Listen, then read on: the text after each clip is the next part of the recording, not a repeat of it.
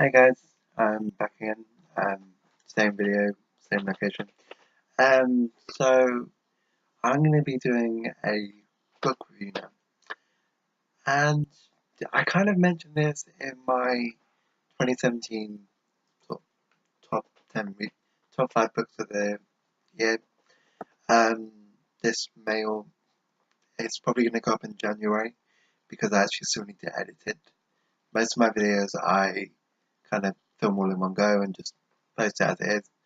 But that video in particular, it kind of got split between the kind of it got split towards the end, and I had to kind of record it, the last one.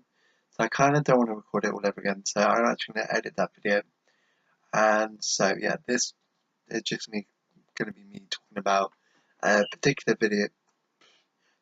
book where I just really kind of got a little bit too into it because I had so many points I wanted to get into and discuss, and that is Simon versus the Homo Sapiens Agenda by Becky Albertalli. I really, really love this book. I read this super quickly. I had this book since it first came out in 2015, but with the film coming out next year, I actually thought maybe I should actually just give this a read. And I'm so glad I did because this was such a good book. So, for anyone who doesn't know, Simon versus the Homo Sapiens Agenda is about Simon, who is 16, in the closet, doesn't want to come out as gay yet, but is in an online secret relationship with a guy who goes under the alias of Blue. Now, Blue goes to the same school as Simon, but just like You've Got Mail with Meg Ryan and Tom Hanks, they kind of don't go into too many identifying personal details, but you see them gradually fall in love emotionally and not have it be about the physical attraction, which I thought was great. And the fact that I love the film You've Got Mail, it frustrated me a little bit at the end, but you know, overall I kind of like the idea how these people kind of fall in love with the person rather than what they look like, because so many books have insta love just because the person is ridiculously hot. But the fact that this was a relationship that went over 6 months, I want to say, 6, 7 months, and you kind of really saw them progress in their emails, get more flirtatious, get more confident, get more romantic, and then slowly start to sort of declare their love. I kind of love that really natural progression, and it was really good, sort of the romance side of this.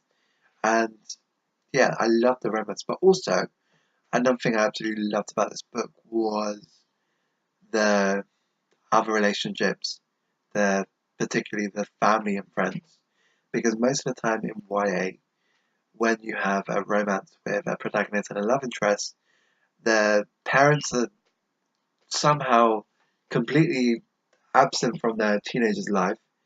Friends are just there to be the funny, witty people to support the protagonist at times of need or just to fill space.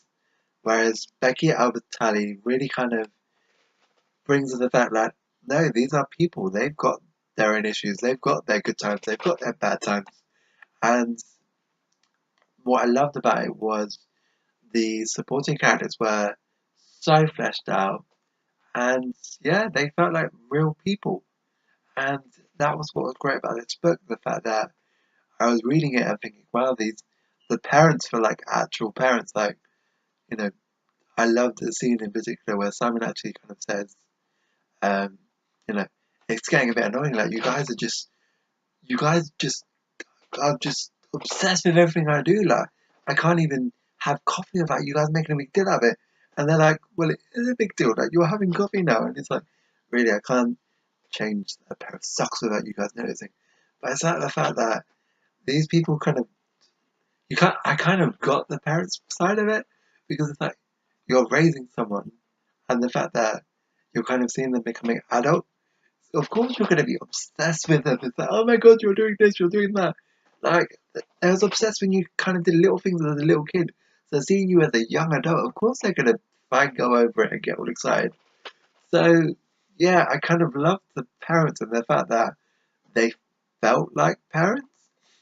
They weren't just really disapproving or really angsty or just there or absent throughout the entire book. They felt like authentic parents, which I thought was great. And the sibling relationship as well, because I rarely read books where, um, I mean, I come from a big family. I have four siblings, so I completely get what it's like to grow up with siblings. And I feel like not a lot of books really cover that. You don't see a lot of books where you kind of see authentic sibling relationships.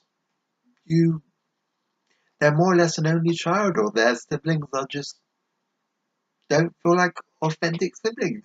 Whereas Simon and his sisters felt very real. They felt like actual siblings. Like I read I could probably read a scene out of the book and relate to some of the scenes. Like for example, when they have their heart to hearts or their cats talk about something serious.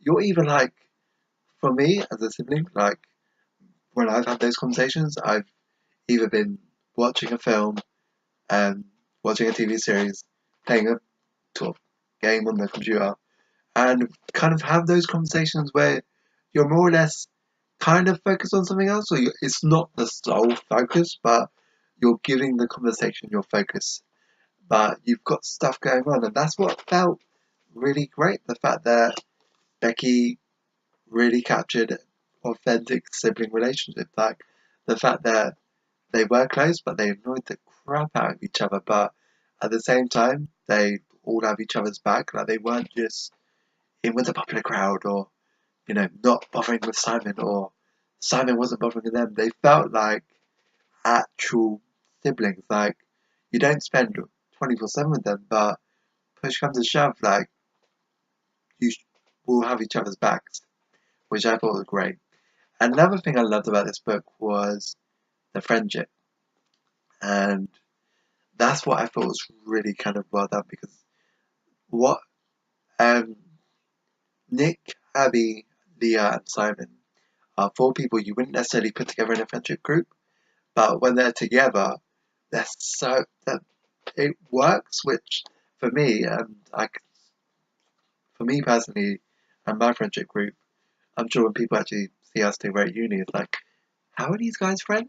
But that's so different. But that's what attracts legitimate friends. I think the fact that you kind of do complement each other, and there are differences, and you're not from the same area or have the same upbringing, or you know, you're not just there to fill space. You kind of bring your own stuff to the table, and I felt like that was a great thing that this book kind of covered a legitimate friendship. So I haven't really gone into the much of what goes on in this book. So yeah, Simon is in an online relationship with Blue, and Martin is a guy in the theatre club who finds these emails and blackmails Simon to help him go out with Abby. So, which I thought was very kind of. Martin was a very weird character. He was very awkward, and there was nothing really. He was funny, but he was annoying because you kind of, for me as a reader, he annoyed the crap out of me because he was coming off as nice, but he used this blackmail over Simon's head for the majority of the book. Like it was like they had moments where that they could have been friends in another universe, or if the story was slightly different. But the fact that he was blackmailing him kind of put a damper on that dynamic, and the fact that Martin was so not Abby's type. Abby basically likes Nick. Leah likes Nick. So you have a very weird love triangle. That's what I thought was great, because the friends didn't revolve around Simon. Simon actually kind of had his own stuff going on. Nick had his own stuff going on. They all had their own stuff going on, and the fact that you had this really kind of not love triangle that, you know, the most of them kind of knew about, but no one kind of wanted to address it, or if it was kind of being addressed, that you'd quickly change the subject. But yeah, it's kind of like Martin was essentially the antagonist of the story, but he was quite pathetic in a way, because Abby was not attracted to him at all, but she's such a nice character that she would never be rude to him. So she was just thinking that, this was them hanging out as friends, but Martin had such rubbish game, it really didn't play out as well. So yeah, I'm gonna kind of wrap up my non-spoilery review. I'm going to spoilers because I kind of really want to go into spoilers. So overall, I really love this book. I love the writing. Um, Becky Albertori, I love the fact that she had a real quirkiness about this kind of character, Simon, and the fact that he wasn't depressing and he wasn't riddled with angst. Or I'd put her in the same category as Patrick Ness and authors like that. The fact that they kind of give their characters real kind of flair and humour. So I'd kind of put Becky Albertalli in score of Patrick Ness, Julianne Peters, writing LGBT characters and not having them be defined by their sexuality, but not being afraid to address it. Like, they do have relationships, they do have sex, they do want to have sex, they are attracted to people of the same sexuality, but they also have friendships, they have relationships, they have personal issues, that they have family issues. It's not all about their sexuality, which I thought was great about this book. I love the fact that Simon was a Harry Potter nerd, and I'm actually wearing my Christmas jumper, so I'm nerding out as I'm talking about Simon the Harry Potter nerd, which I kind of love the Harry Potter references, the references to slash fan fiction. I know some people who read that. Me personally, it doesn't appeal to me. Like, I love reading fan fiction, but not the slash. It doesn't really appeal to me. Like, I don't mind the mature aspects, but if it's purely slash, nah. But Simon loves the slash, so that whatever floats his boat, and it clearly did. For anyone who's read it, you'll kind of know what I mean. Um, so yeah, the writing was good. I loved that there was diversity. The book was very kind of diverse, and the fact that it wasn't just heterosexual, white, brunette, or blonde people. It was very authentic. The fact that it was a very diverse cast. There was interracial relationships. There was gay relationships. There was people who were quite plain Jane. People who just there was such organic and realistic characters, which I thought was great, because I can't tell you how frustrating it is to read a book and I'm just reading about the same stereotypical generic look of characters, like the brooding, sexy, dark-haired guy, or the clumsy brunette, or the beautiful but strong-willed blonde. It's like, no, people look different. There's different races, different sexualities, different heights, different weights, different abilities. So I feel like this book is a great starter to kind of, well, that 2017 has actually been great with books with diversity, and I'll probably do another video kind of talking about that. But I feel like 2017 in particular, 2015 onwards, has kind of really kind of brought more diverse characters to the reading world, which I kind of love this book, and the fact it was so diverse. And yeah, I gave this a 5 stars. So I'm going to go into spoilers now. So if you don't need spoiled, oh, actually, no, I'm not. So I'm going to be going to see the film adaptation of this Love Simon with a group of friends in March. So I'm really looking forward to that, and I'll be doing a film review, hope maybe with them, to kind of get their opinion as well, as people who kind of just went and saw the film. But as soon as I told them what this book was about, they instantly wanted to go see the film. So a few of my university friends were going to go see the film together. So I'm looking forward to seeing how the film turns out. The trailer was good. I'm going to do another sort of video for the trailer. I'll probably do it after this, to be fair. So yeah, I will go more into that. But yeah, I'm going to be going to see the film version of this in March, which is Love, Simon. You guys still have plenty of time to read the book. So yeah, highly recommend it. So I'm going to go into spoilers now. So if you don't want to be spoiled, go away. Okay, gave you the chance to leave, but if you enjoy spoilers or if you read the book, um, yeah, so here we go. I figured out who Blue was fairly quickly.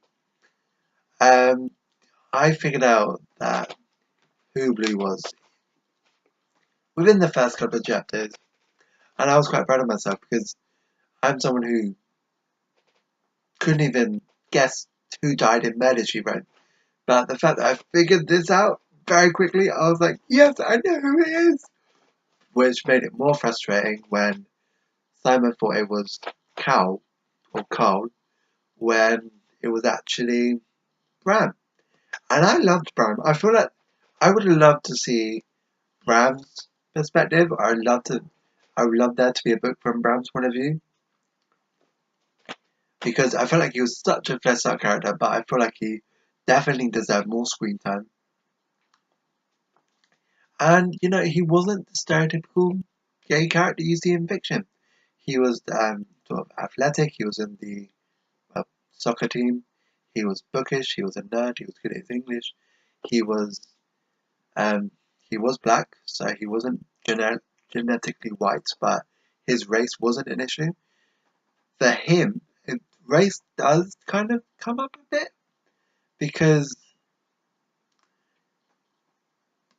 through a misunderstanding through their emails, Bram starts to think that Simon wouldn't like him because he likes Carl, who is literally the exact opposite to how Bram looks. Which, yeah, I'm gonna go into the Carl and Bram Simon love triangle, which it annoyed the crap out of me because I figured out who Bram was, who Blue was, very quickly, and the fact that Simon didn't figure it out, which was so frustrating. So we spent the majority of the book with um, Simon and Carl having these moments, and Carl annoyed the crap out of me. Carl wasn't. There wasn't necessarily anything wrong with Carl, but I just I weren't shipping it. I knew who I was shipping. I was shipping Blue. I was shipping Simon and Blue. I wanted them to get together. I was reading their emails. I was invested. I wanted them to get together. So when Carl came in, I was like, no. I actually described him as um, the Warren of the story, which anyone who knows, I cover this in my 2017 top reads.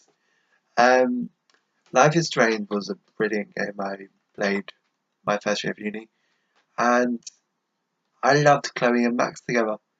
I really shipped them, and as it was my story, I really kind of pushed them to get together. But I didn't like Warren. Warren was friend zone material. Warren was quite kind of creepy and a little bit full on. And I felt like Carl was a little bit full on. Um, when Simon is outed as being gay, um, Carl kind of lets it drop that he's bisexual, which is absolutely fine. But again, it annoyed the crap out of me that he was making moves when I didn't want them to get together. So yeah, Carl was a very frustrating character. And what annoyed me in the trailer when I watched it was it looks like they might have an almost kiss scene, which I hope they actually don't kiss. But I swear to God, if they kiss, I will be so annoyed.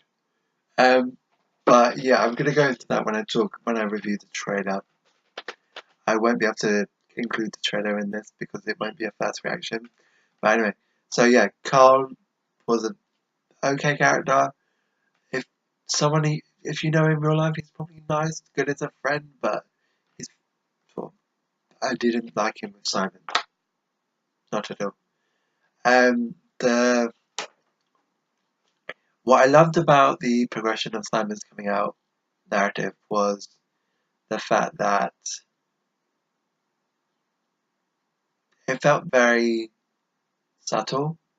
Like it wasn't like a bit, like he was outed by Martin, who when Martin actually gets rejected by Abby, because Abby by this point has made it blatantly clear she is not interested in Martin at all. She is interested in Nick, pardon me, which again was a relationship I shipped. I thought they were a great couple. And yeah, I felt like so Martin out Simon out of childish immaturity and bitterness, which I thought was very like it was a low blow. Like he didn't deserve forgiveness at the end, and I loved um, a scene where Simon actually has to deal with homophobic bullying for the first week or so of him being officially out, which sucked. But what I loved about it was so many people. You realise so many people actually had his back.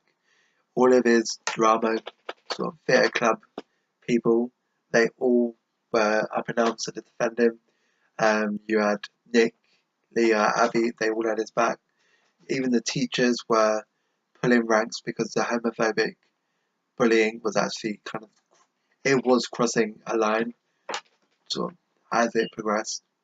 So to actually see teachers actually kind of pulling in, like, putting a stop to homophobic bullying was actually a really important thing because you never actually see it with YA and there's bullying in schools. Almost like the teachers are unaware or they don't do anything about it. So to actually see teachers actually pull rank and like put these bullies in their place, it was done in a realistic way, but it also showed that people actually can be supportive and can help, which I thought was great. Um, yeah. But there was a scene where Simon kind of confronts Martin because Martin actually tries to apologize, and I kind of want to read this. I'm going to find this actually, so bear with me one moment. Alright, so I'm actually going to read a bit of the book for you guys now. And so, just to give you a bit of a recap, um, Martin actually tries to apologize for posting the disgusting. The way he actually posted it was actually viral as well. But he outed um, Simon on Tumblr, which I was surprised it was that. And I was surprised that a lot of people from the school actually used it. Genuinely surprised by it. Um, me personally, I have a Tumblr, but I never use it. So Tumblr is actually quite popular. Um, but I wasn't actually aware that it could be that big. Um, I probably would have found it more believable if it was Facebook, but I probably need to get more involved in Tumblr to actually have a real opinion of that. So yeah, He tries to apologise to Simon when he actually sees the jock idiots sort of really giving him a hard time. So I'm going to read some of it for you guys. Um,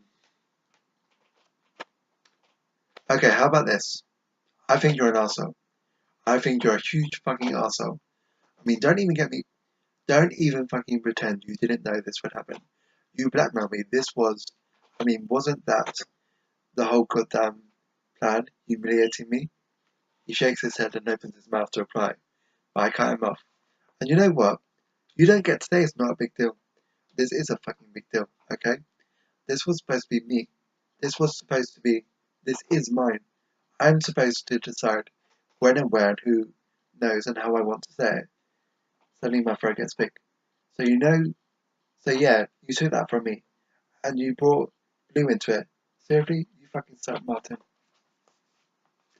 Um, yeah, I love that part particularly because it really forcing someone to come out. You are essentially kind of taking something away from them, which they should have the right to share whenever and however they share it. So the fact they were to dress like that, and it really kind of hit home that this was something that Martin actually took from Simon, because after that Tumblr post went up, he had to tell his sisters, he had to tell his parents, he had to tell, he had to kind of really kind of confirm it with Leah and Nick. He had to deal with the stuff from school. It wasn't done on his terms, which kind of sucked. And I feel like that was such an important message to actually include in that book. Actually, kind of outing someone out of spite to be horrible.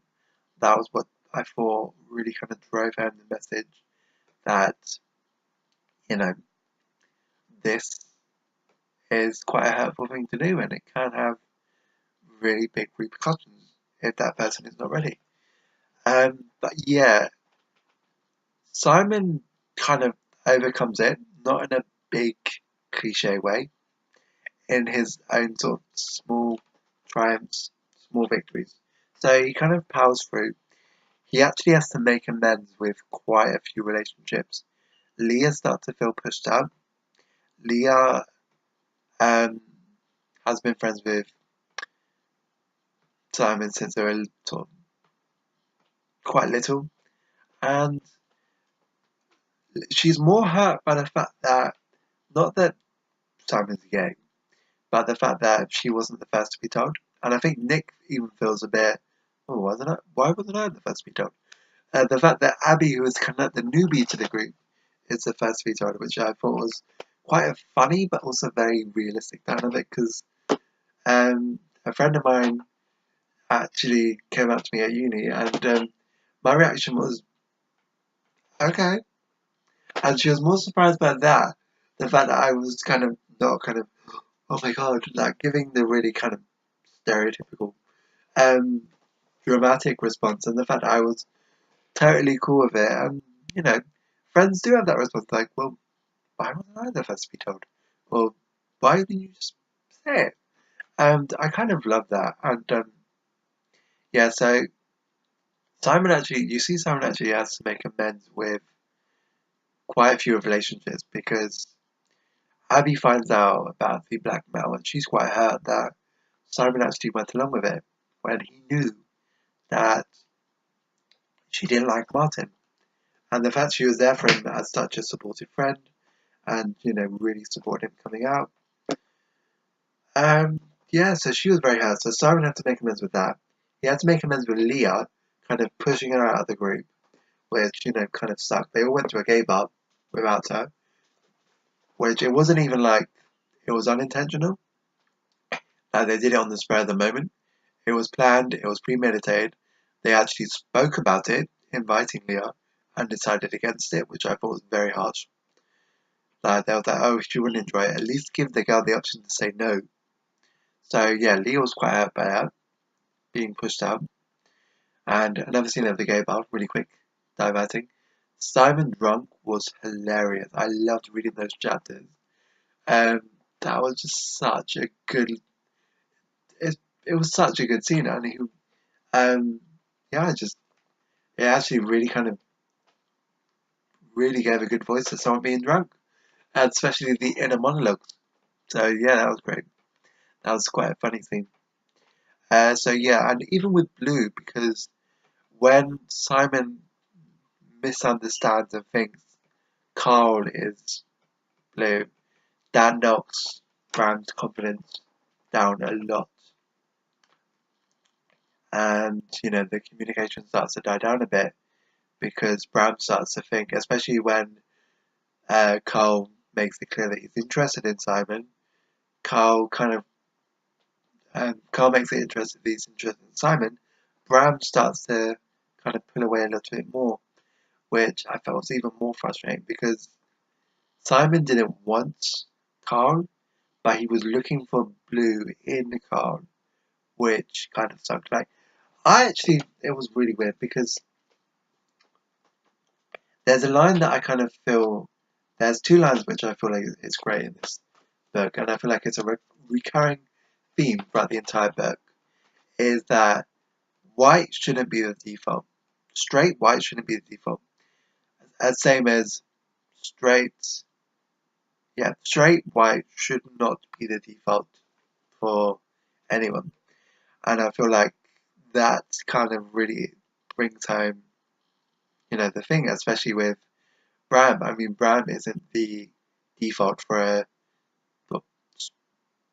gay LGBT character. He's um, athletic, but he's also an introvert. He's bookish. He's a top grade A student, and there were so many hints that kind of really pointed to the fact that Bram was blue, and the fact that what really bugged me was Simon based his entire theory on Carl being blue at one point, the fact that Carl had blue-green eyes, and even that felt very weak.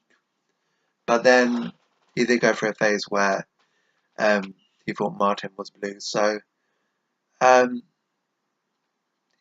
Simon really doesn't have great people skills. He even kind of realizes it himself, which I thought was great. He kind of realizes that he is a little bit flawed, where he kind of comments on the fact that he's nosy, but he doesn't really take note of actual what's going on and what's going on with people. So he's not as nosy as he thinks. So, I mean, but what I loved about this book was when kind of Simon kind of really realizes where he's been going wrong with a lot of his relationships with his sisters, with his friends, with his parents, and he really starts to make amends. And he sends a long-winded email to Blue where he actually kind of puts all his cards on the table and says he wants to kind of be with Blue in person. Doesn't care who he is, doesn't care what kind of comes of it, but he needs to have that physical relationship to go with the emotional relationship. And Bram actually instantly responds. He kind of puts a message in Simon's locker. He gets him a t-shirt of his favourite band, or I want to say band or musician. And frustratingly, it takes Simon 2 weeks to find his message. And so yeah, they meet, which I thought was great, and we got to see them in a relationship, and we see the early stages of their relationship, which I thought was great, and I really enjoyed it. So I love this book. I love the writing. I am so excited. There's going to be a sequel next year. I'm so glad I read this soon. I read this now, because if I read this in 2015 and I had to wait until 2018 to read the sequel, I probably would have died. I would have been so frustrated. But the sequel is, I can't remember the name. I'm probably going to include it in the description box. I'll probably include the Amazon link as well, so you guys can order your own copy. As I'm in the UK, I'm include the UK URL. But you just have to change the .co.uk to .com, and it will change it to whatever country or region you're from.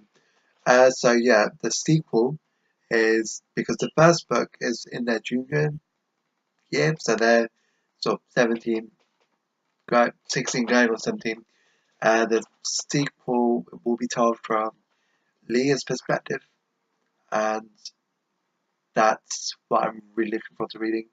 I love Becky Albertari's writing anyway, so to actually read a book from a very sarcastic, very witty character who actually reminded me of a friend, and even when I described this to her, she even admitted it is. So yeah, I'm really looking forward to reading a book from Leah's perspective. From what I can gather, it's going to be the senior year. Leah is still feeling a little bit more pushed out, because you've got to think now, Simon and Bram in a relationship, from what I can gather. Hopefully, fingers crossed. Don't break them up, just cause arguments. So yeah, essentially this group of friends are all in a couple, except for Leah, which, my group of friends at university, I can relate to Leah. I have such a good group of friends, but I'm the only singleton. So yeah, Leah is kind of feeling a little bit, doesn't really know where she is. She obviously has issues with her mum, which we hear at the very end. She is actually from a, I don't want to say broken home, but her parents are divorced. She has a good relationship with her mum, no such relationship with her dad. But yeah, it's kind of like her coming into adulthood, senior year, the ending of your childhood. And I'm really excited to see where this will go.